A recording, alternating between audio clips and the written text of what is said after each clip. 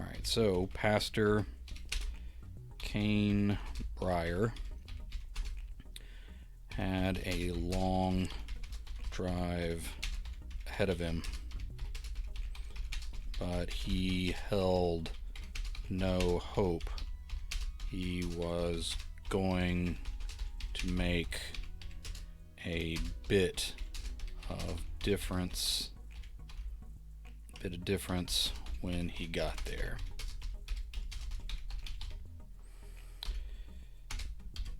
If he turned off of Route, let me make that capital because we're going to make this a road name, of Route 9 at, where does Route 9 go? Where the Hayward Golf Club and the surrounding Hayward plantations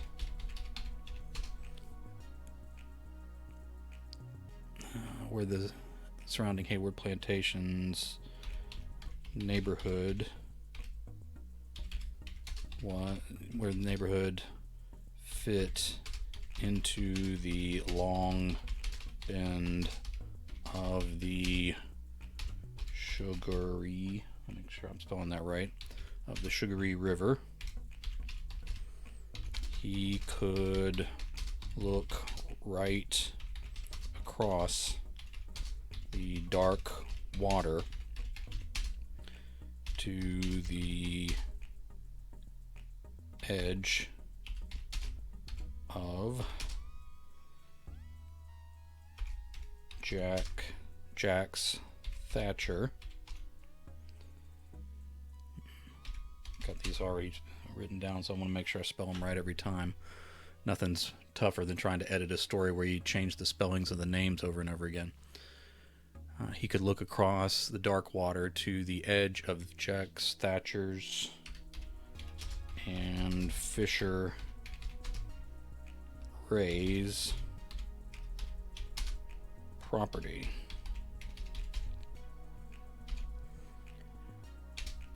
As it was, he had to follow Route 9 along the winding river to the bridge miles south. Maybe the two of them will have killed each other by the time he got there, and this would be all over. Okay. I did some notes about some backstory about this particular area just to kind of give it some flavor. I'm going to put it in, but there's a very high likelihood that it's going to be the first thing cut. So sometimes it's a little dubious to put in something you're pretty sure you'll have to cut, like killing your darlings things. All right.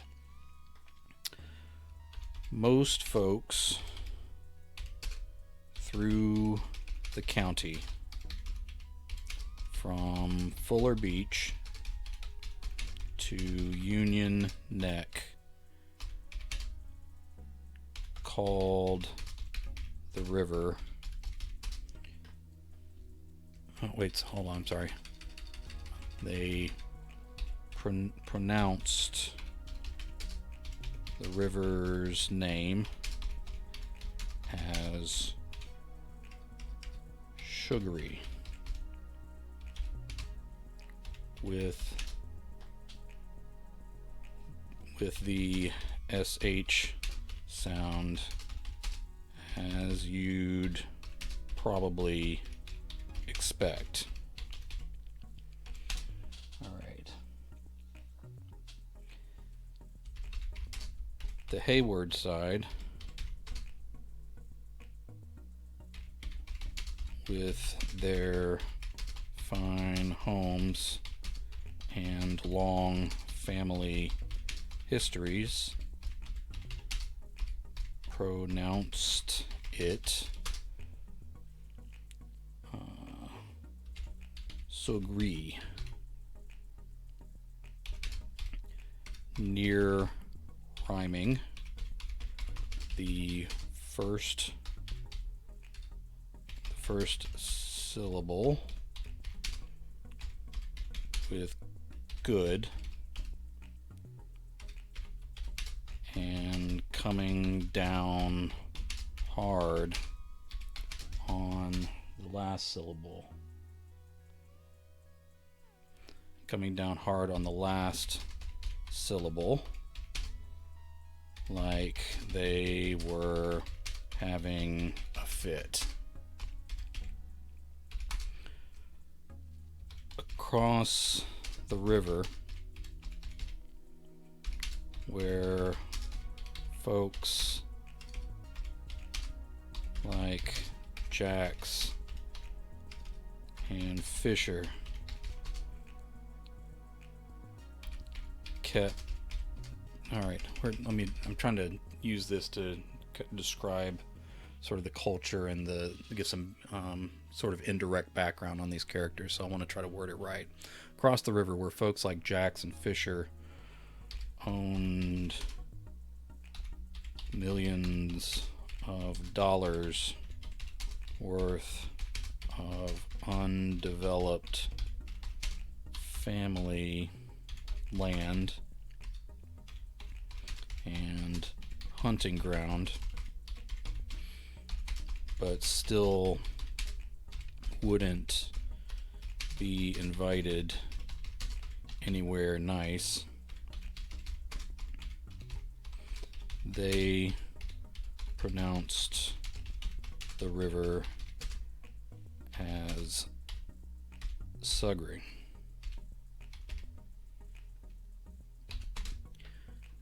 Okay, they pronounced the river as Sugri, rhyming the first half with jug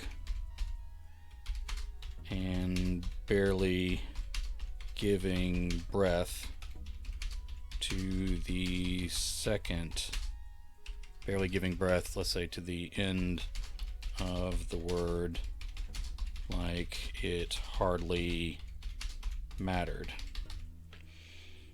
All right. The way folks spoke the river's name was a bigger divide than the river itself.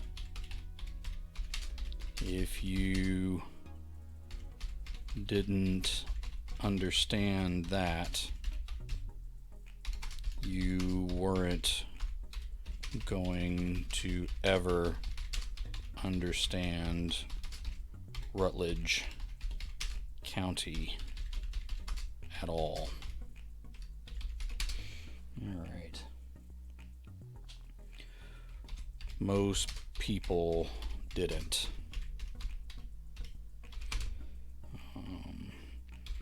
If the native tribe whose dead language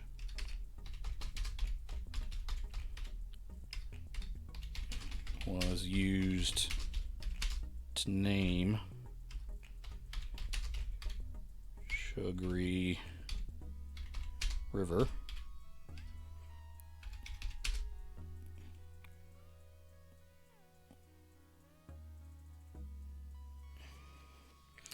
okay, if the native tribe whose dead language was used to name Sugri River was still around to settle it, say settle the matter, chances are it still wouldn't make a difference. But they were long gone.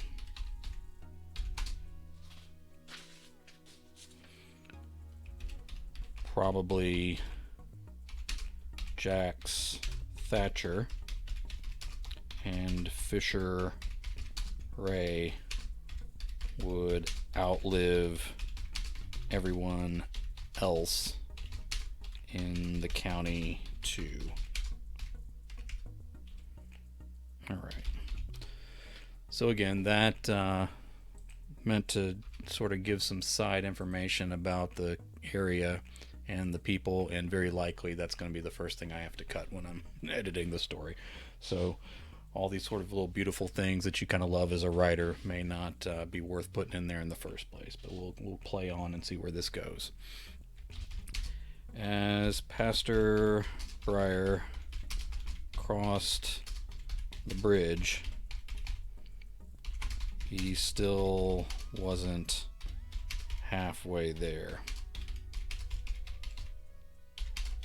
The black water was moving with a odd green, I'll say an odd bright green hue today.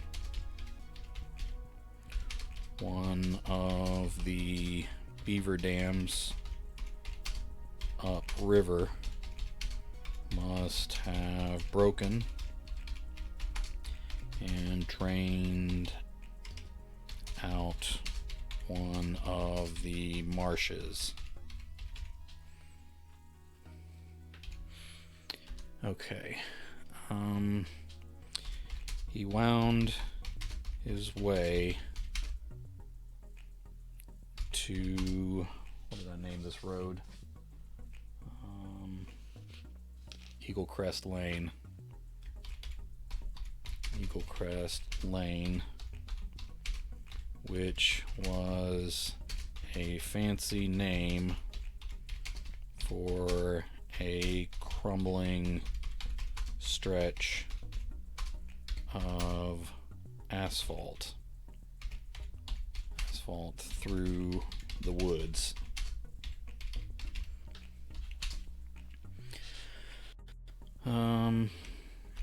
Let's say gunshots popped off from both sides of the road where hunters used the unused land. As Kane Breyer left the last hints of paving for all dirt turns and bends. Oh, another gifted sub. You're the best. I appreciate it so much. Thank you for being here, and thank you for all that support. That means a lot. All right, as Kane Breyer left the last hints of paving for the all dirt turns and bends, he had to stop 3 times to move chains or open gates. One time was in ankle deep water. Kane had remembered to wear his boots, but his socks still got wet. It wasn't out of the question that he could get shot by any one of the landowners who decided he had come far enough. But he was lucky today. Let's get a little colloquial with the narrative here. Well, as lucky as he could be going to break up a feud older than the hills. Not that there were many hills this close to the coast, but that kind of makes the point, doesn't it? Alright. So a little bit country in this story, so getting a little personal with the narrative there. Alright. He left the sounds of hunters behind and twisted his way down to the river again, close enough to spit on the golf course. Alright. He drove past Fisher's Turn and stopped just short of the path leading down to Jax's place. He wasn't quite on the line between their properties, but he was close. Not a safe zone, not neutral ground, and not a safe stretch, for him to stroll, but he'd get somebody's attention walking out here, and maybe this business would be done faster one way or the other as a result.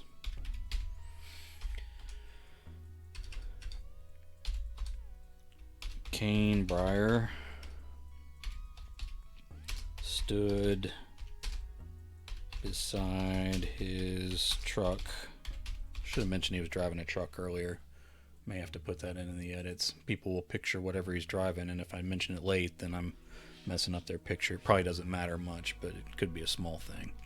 Kane Breyer stood beside his truck and felt the water squish inside. Nothing made for a miserable day like wet socks inside your shoes. He certainly didn't want to die that way. He took a deep breath, and let it out. With that, he got into motion. Kane opened his trunk and moved tools one way or the other. Under the usual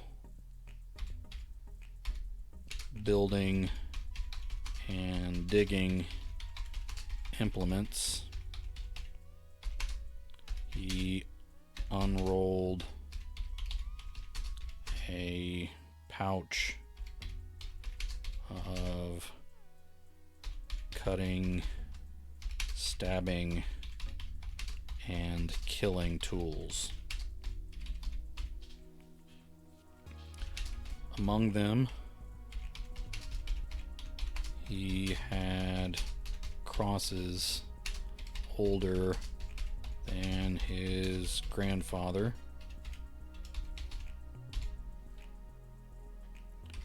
sharpened stakes, blades of silver, and a few things they had no real names for in English.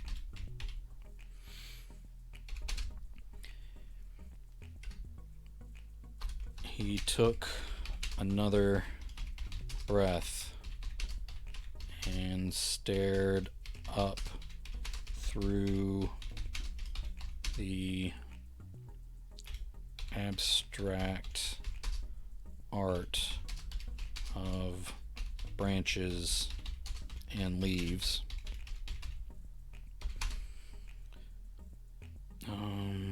Brushes of sky appeared. Hey Otterly, thanks for being here, man. Hope you enjoy a little time with me telling you a story. He took another breath and stared up through the abstract of branches and leaves. Put an extra word in there for no good reason. Brushes of sky appeared with the high winds and vanished as the trees moved back into place. It wasn't as dark as night, but he wondered if it was dark enough for old vampires to creep about if they were determined enough. Kane used to keep account of all the bloodsuckers he had dispatched over his many years as a hunter. He'd lost count at one point and simply forgot after being retired long enough. His late wife had been something quite extraordinary in her ordinary job of teaching 32 years. He imagined she forgot old students' names as easily as the names of the ancient creatures he slayed left his mind. He never forgot their hideous faces or their sharp fangs. He had only ever been one slip away from dead or immortal. Okay. He remembered the ones who got away. 3 was all that made that list. 3 undead monsters that still crept about the world as far as he knew. His eyes traced the tools as his mind lost itself in the memories. In the end, he rolled the pouch back up without taking anything, and he closed the trunk.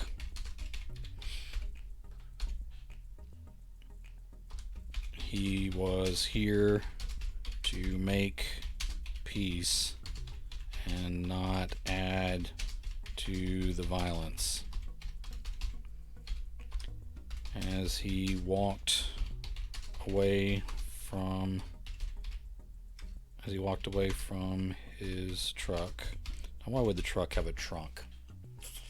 I'm gonna have to fix that. He's not gonna be able to drive a truck anymore. I'm gonna need to change that to a car. All right, as he walked away from his vehicle. All right. See, normally if you weren't watching this on stream, I'd just fix that. You guys would think I was a genius and never made mistakes. All right, as he walked away from his vehicle and slogged through the carpet of leaves, he mumbled to himself, "Sure, let's see how this shit works out."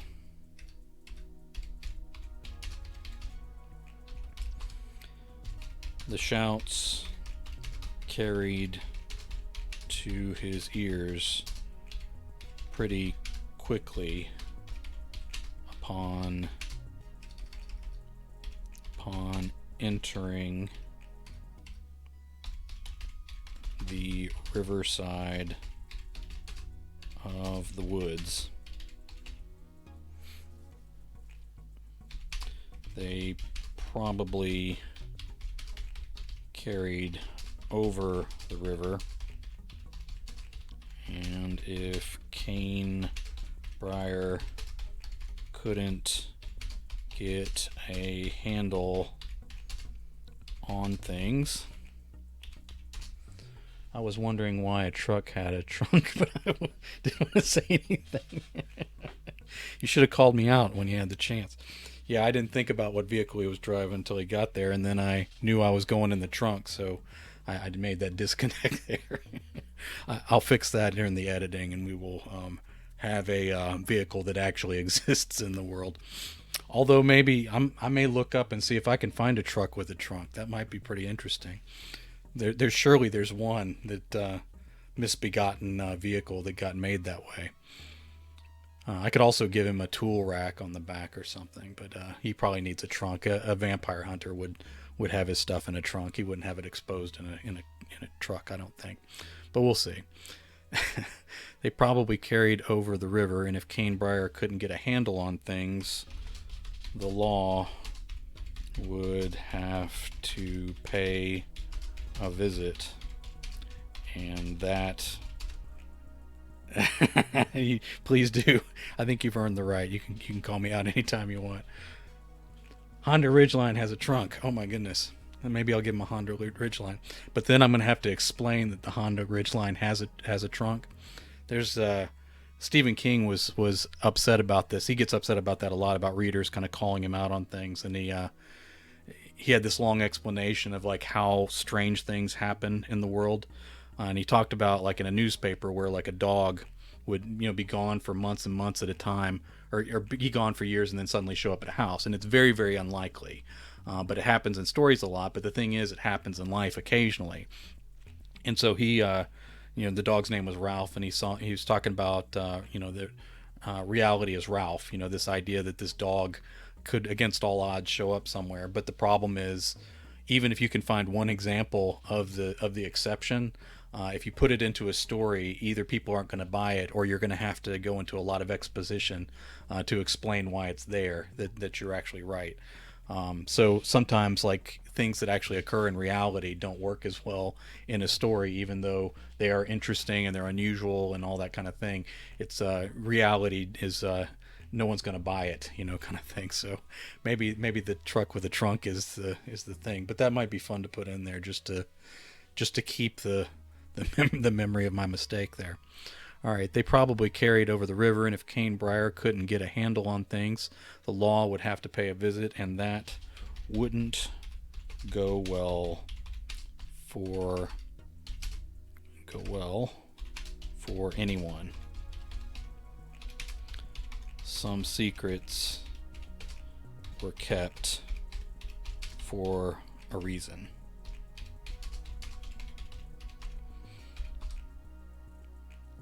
Pastor Kane Breyer, retired vampire hunter, went toward the disturbance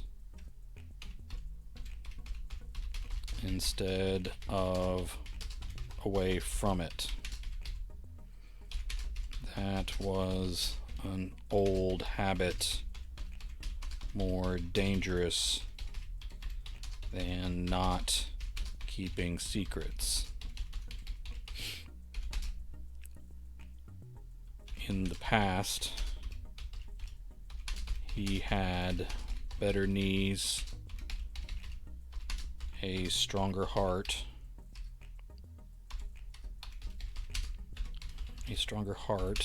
In the past, he had better knees, a stronger heart, and fewer medications to keep track of. But he was one of the few people in on this secret, so it fell to him. Their shapes came into view just as that sick green of the river showed like a ribbon through the reality of the world. They threw their shadowy hands in the air as they cursed one another over a short stretch of wire fence topped with barb. They weren't throwing hands at one another yet, so maybe some ribbon thin, okay, that needs to be a dash, ribbon thin hope remained.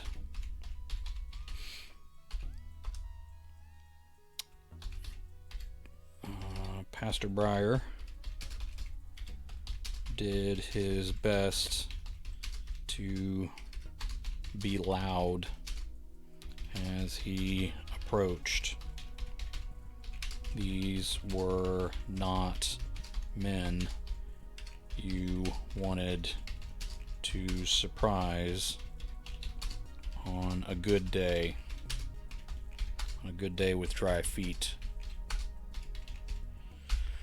Alright. They were being too loud for him to be subtle.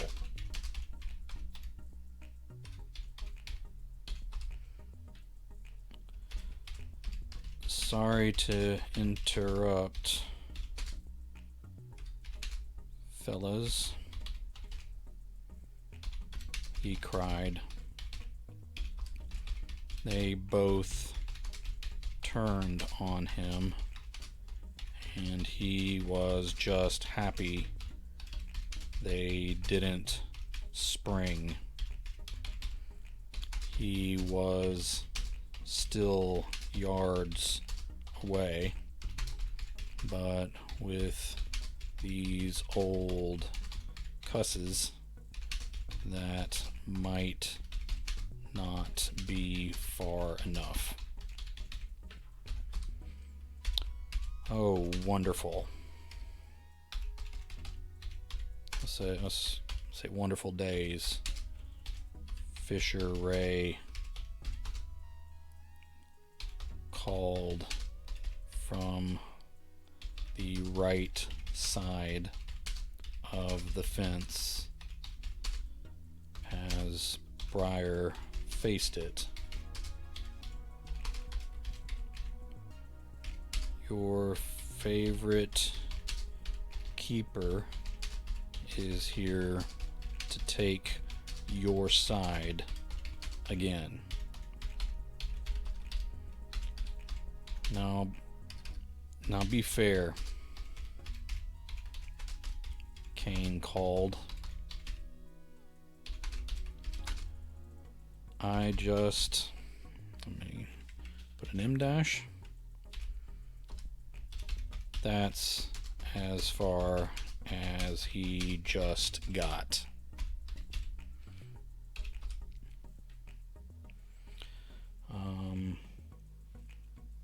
Jax Thatcher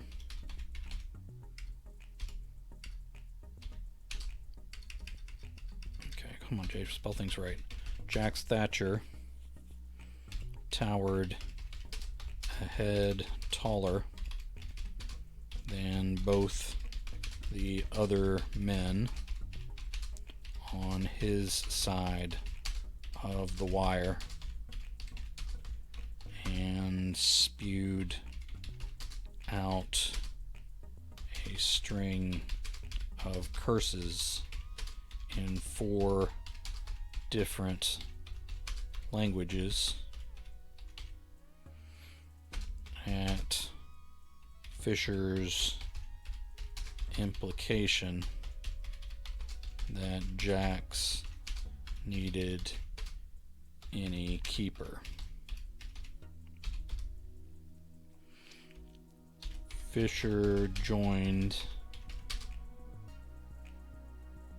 back in the shouting with 2 of those languages. One, let's make a comma here, one of which were as dead as the one that named the river below. Alright, there we go. Feel good about where this is going. We need to get in some action though. Alright. Gentlemen, we know we're going to work this out because neither of you are leaving your land, so that only leaves peace as the ultimate outcome.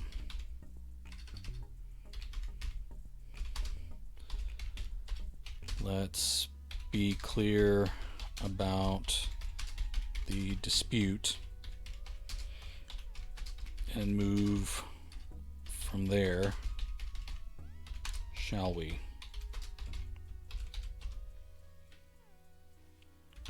Take down your fucking fence, Fisher growled. He had at least switched back to modern English, so he must have calmed himself by degrees, no matter how his tone came off.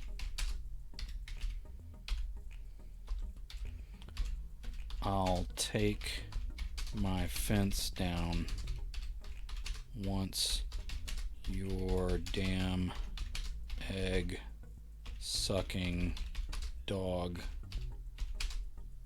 dies of natural causes. Jax growled back. He doesn't suck eggs. Okay, he doesn't suck eggs. Your mother sucks eggs. Briar, okay, let's say Cain. Cain braced himself, but found he could still be surprised.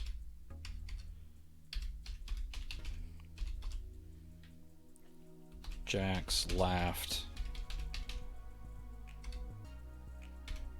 but then returned to a sneer.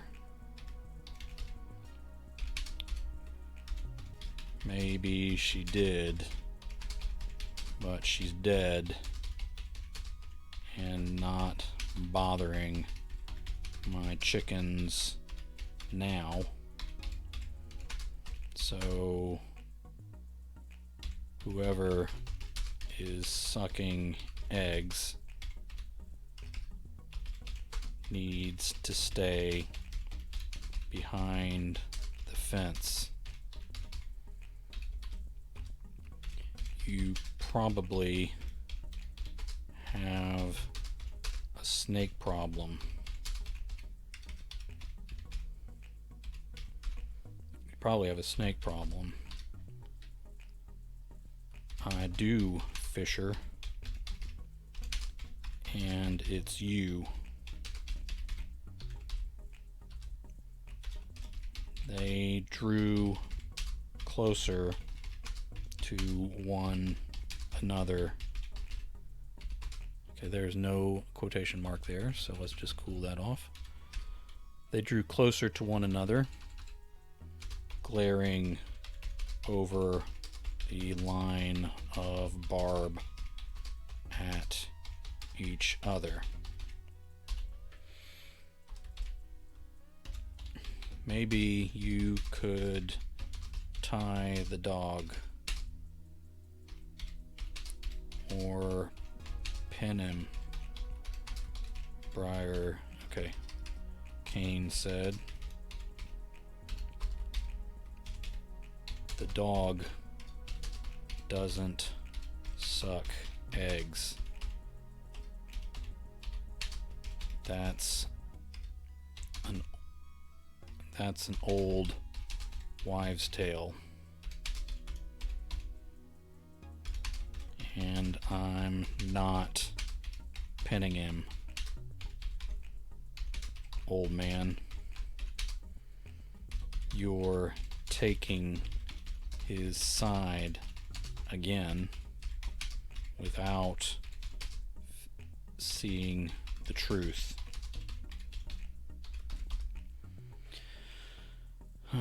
Cain Breyer held up his hands and said, I'm not, but if Jax wants your dog off his land, we have to figure out something. Alright. We need these guys to get really pissed at each other and jump the fence, so we need to come up with something they say that works that out. Alright. Fisher tilted his head. I know which egg-sucking dog I need to be rid of.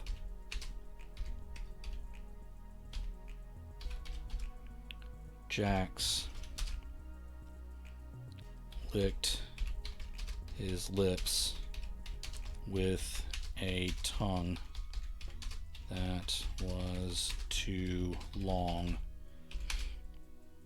Cain didn't pick up on the problem right away.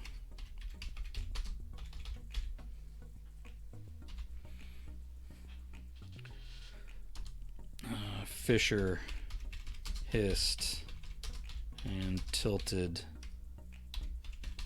his head down. He said, "You're not ready for what your eyes say you plan to do, old dog."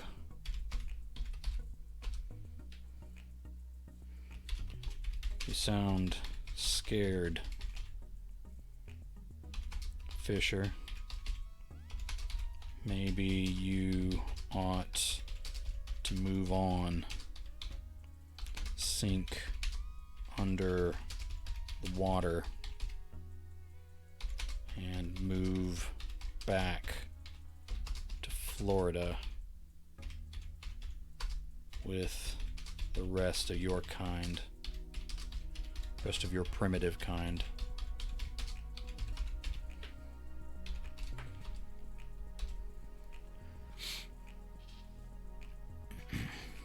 Let's say both men shed their shirts.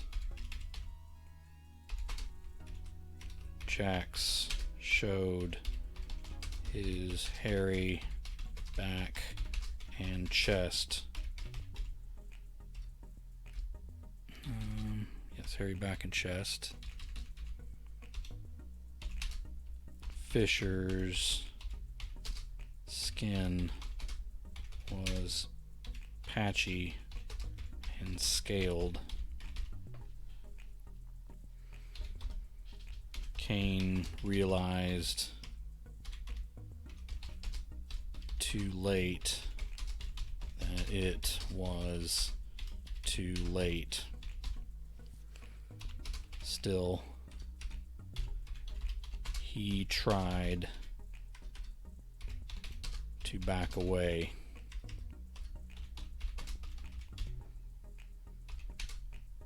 He grumbled to himself,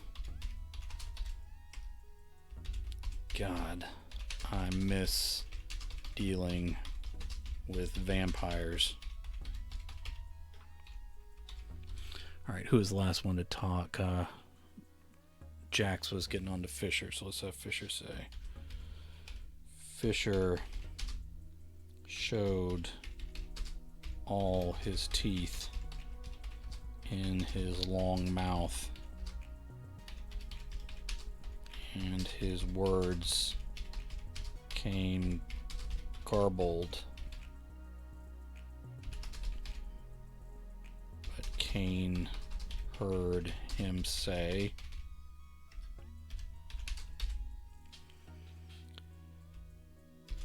"You can try to make me, you mangy asshole." Alright, let's see if we can spell mangy right real quick. Yeah. Alright, you mangy asshole. I lost my cursor there for a second. Alright. You can try and make me, you mangy asshole. I'll run you out like every dirty lizard before you. I wish you would. I wish you would try. Let's just say I wish you would. That's the title of the story, right? Pardon me.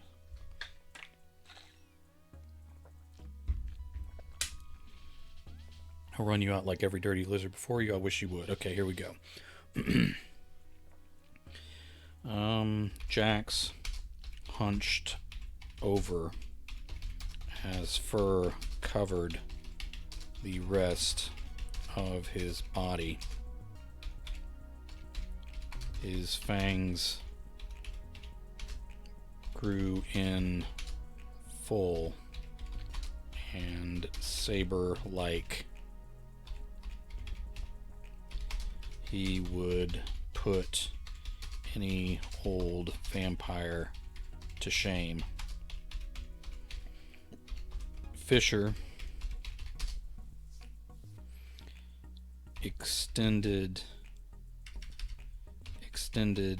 out until one would think he would fall flat like any other alligator, but he wasn't just any other gator. Now he was the tallest combatant. All right, let me spell that correctly. Jax rose to his full height as much as his bent back would allow.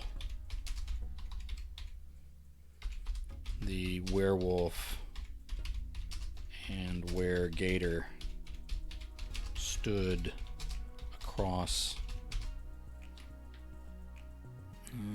Let me spell that right. Stood across from each other. Any hope the partial fence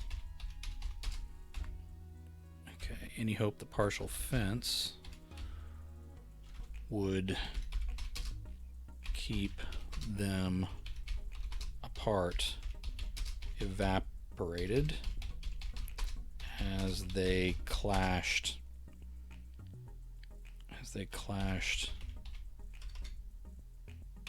in the air.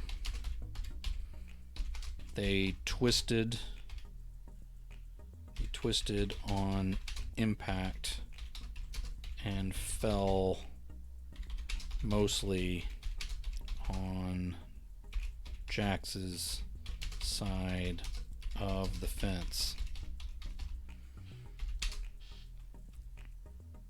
Fisher's long tail and one Jax's haunches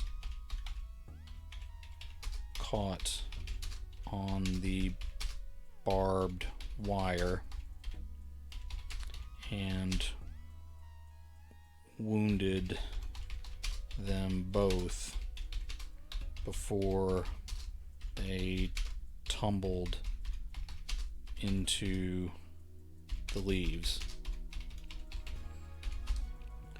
Dogs barked from more than one direction. Cain feared if Fisher's pet showed up, the animal would suffer for getting involved. The pastor ran toward the fight, knowing he was going to suffer.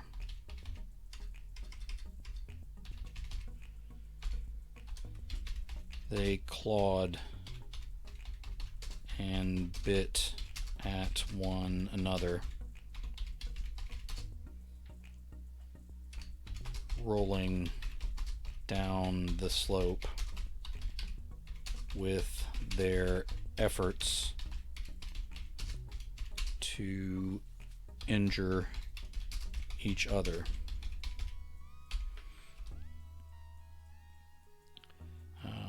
Cain held his back as he limped down the path they spread through the leaves with their fight. All right. The creatures came up to their back feet, swinging.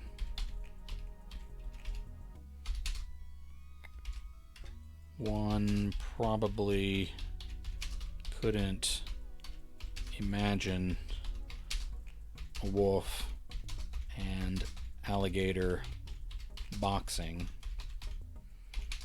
but that just means all right, let me change one to you. We're gonna have some narration directed to the audience. The creatures came up to their back feet swinging. You probably couldn't imagine a wolf and alligator boxing, but that just means you never saw how hard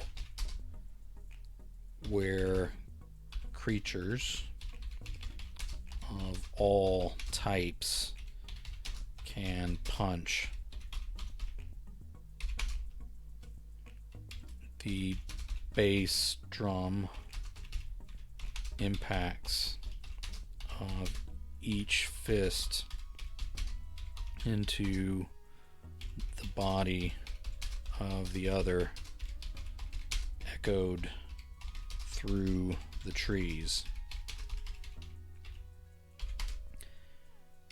Okay, as their faces contorted in pain and rage, they bit at one another.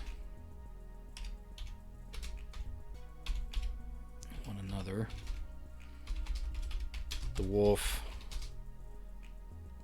latched on to Fisher's scaly throat. Cain saw blood and didn't know what to do.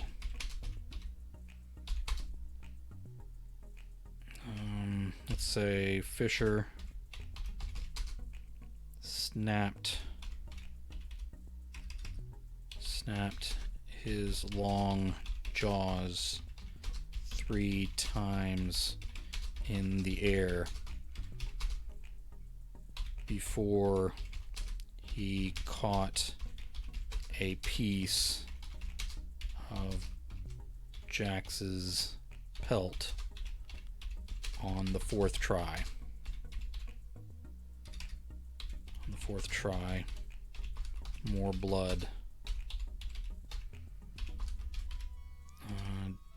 Jax howled, but refused to release his neighbor's throat. All right. Fisher rolled 3 times standing.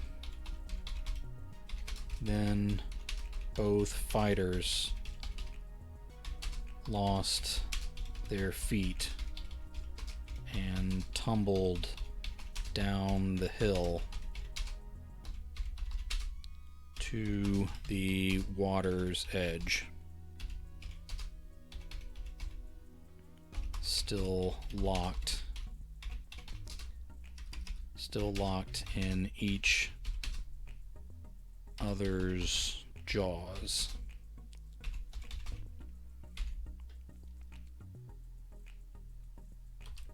As their feet splashed in the shallows of the green, slow-moving water. Let me spell green correctly. In the green, slow-moving water, Fisher did his best to drag the wolf into the river with him.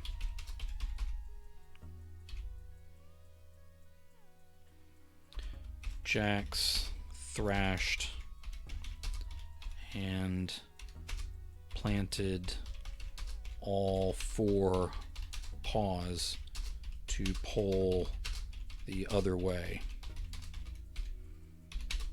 Cain imagined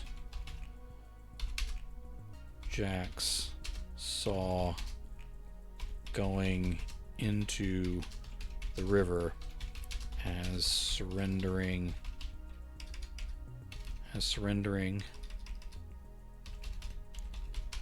his life to Fisher.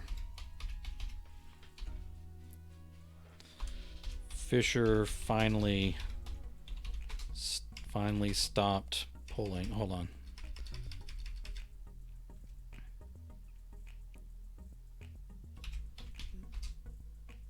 Jax finally released Fisher's throat,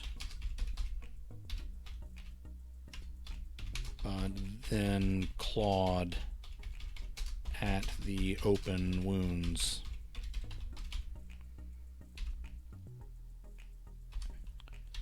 Fisher released his neighbor's pelt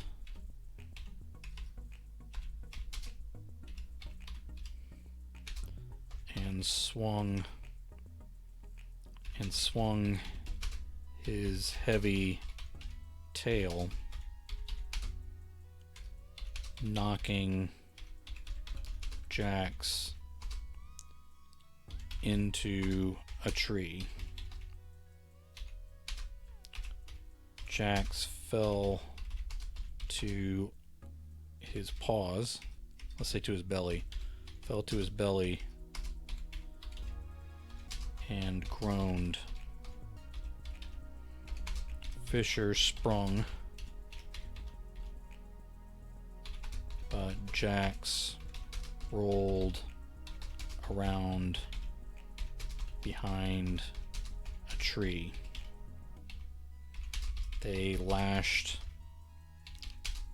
They lashed out at one another around the trunk.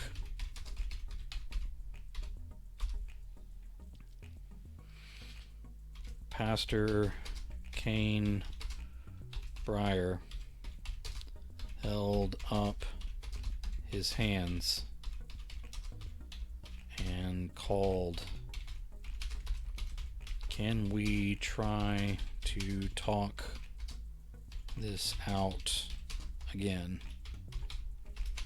It seems to be just a question of what to do with a dog and an unfinished fence."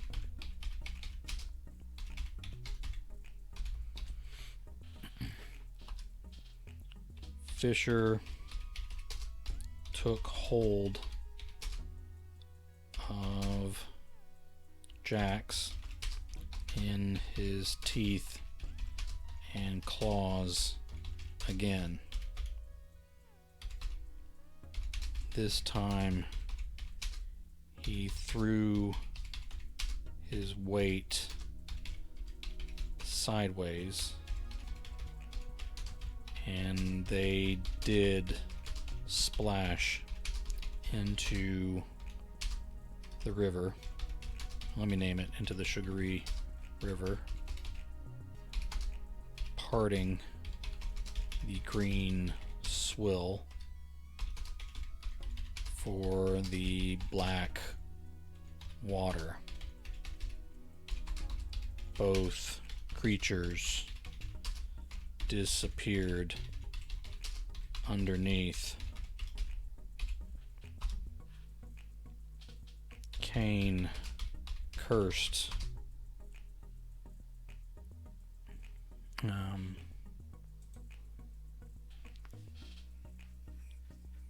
Cain cursed mostly in English and waded out to his knees. No concern for his socks any longer. No, no, no.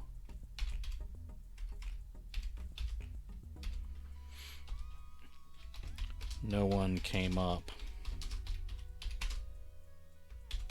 This was probably the death of Jax. But then Fisher would have to answer to packs of werewolves who would come from miles for blood and vengeance.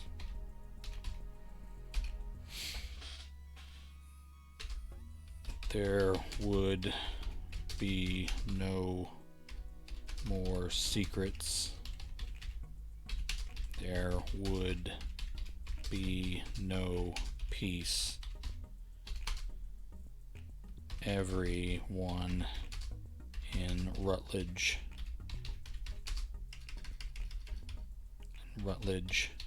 County would be touched by this violence.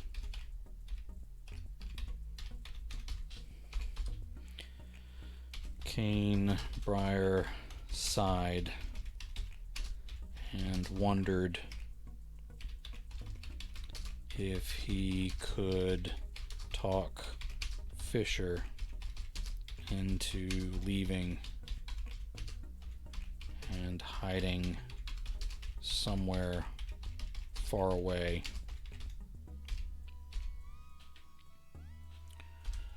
The pastor noted that the county was no stranger to violence or the supernatural.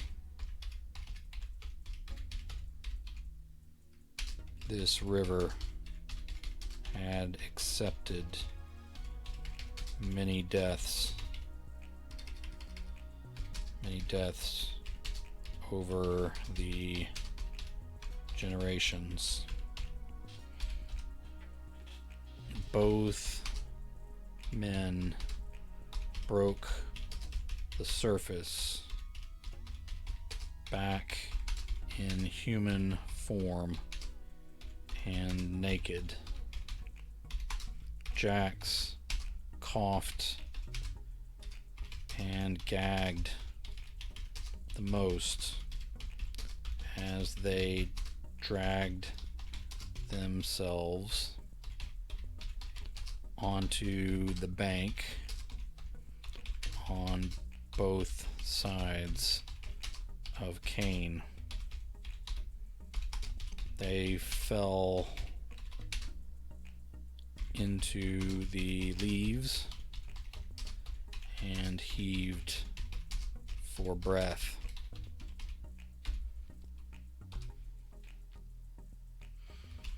The wounds didn't look as deep in their human flesh, but that could be deceiving with their kind. They could take quite a bit of punishment, but they were not immortal. Let's say this a different way, but they were able to die from all sorts of things despite being immortal in another sense.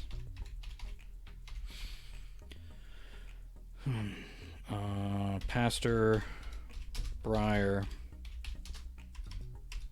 sat down in the mud without a thought for his comfort.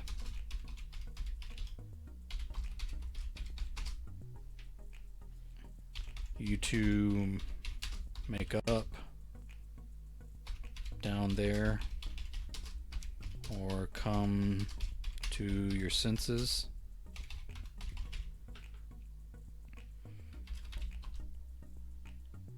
Okay, I need to just pull that up to Breyer's line because he is speaking.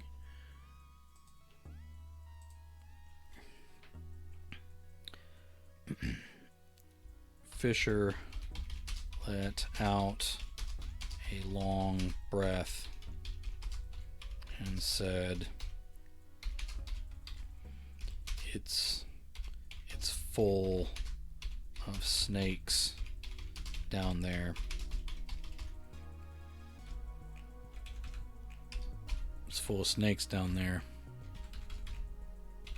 Must be 10,000 of them. Cain staggered backward away from the water's edge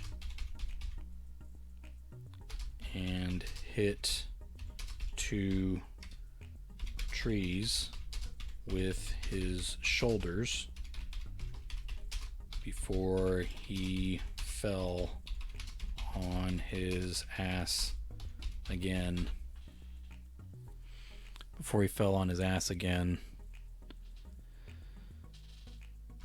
Further up the slope. Okay, we're in the home stretch here, guys. Both the naked men with their legs with their legs still trailing in the greenish water, laughed. Jax choked up a little more of the river, but then continued laughing with Fisher. Were you bullshitting me? Kane asked. I'm a weregator, Fisher said. The hell do I care about snakes? So why did you stop fighting once you had him under? Kane asked. Not that I'm complaining, mind you.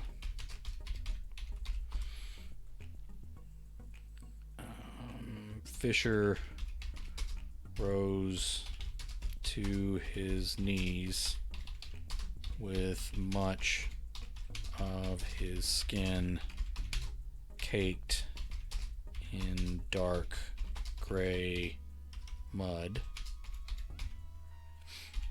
He shrugged and spit out something that looked distinctly like blood. I don't know. You fight one werewolf and you have to fight them all. I got enough trouble with just this bastard. Okay.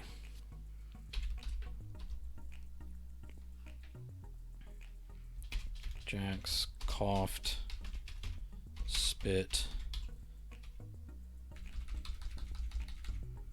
Jax coughed, spit, and coughed some more.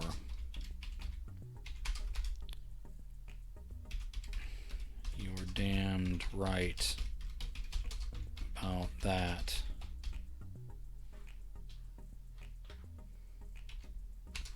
Now what? Fisher sighed and said, well, your beer and table or mine.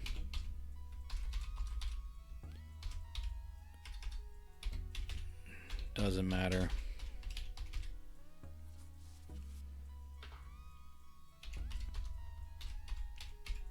Fisher sucked at his teeth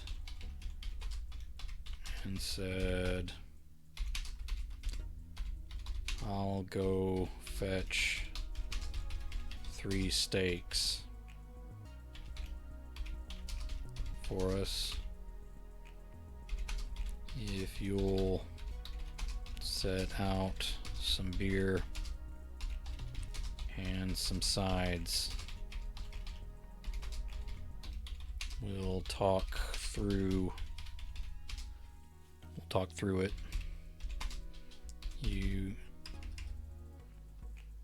I don't even mind that your preacher is here to take your side again.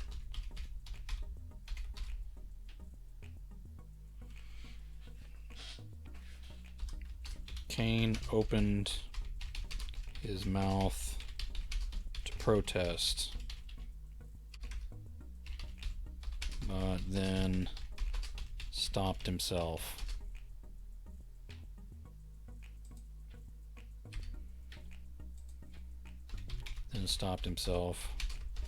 A steak and a beer.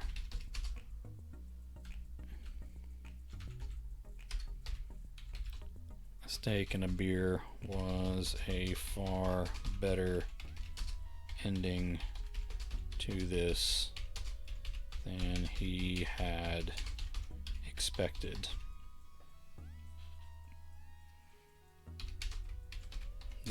Okay, let me just do one last paragraph. No, let's do same paragraph. The three of them, no, let's say the three old timers climbed up the hill with the river to their backs. All right, good enough.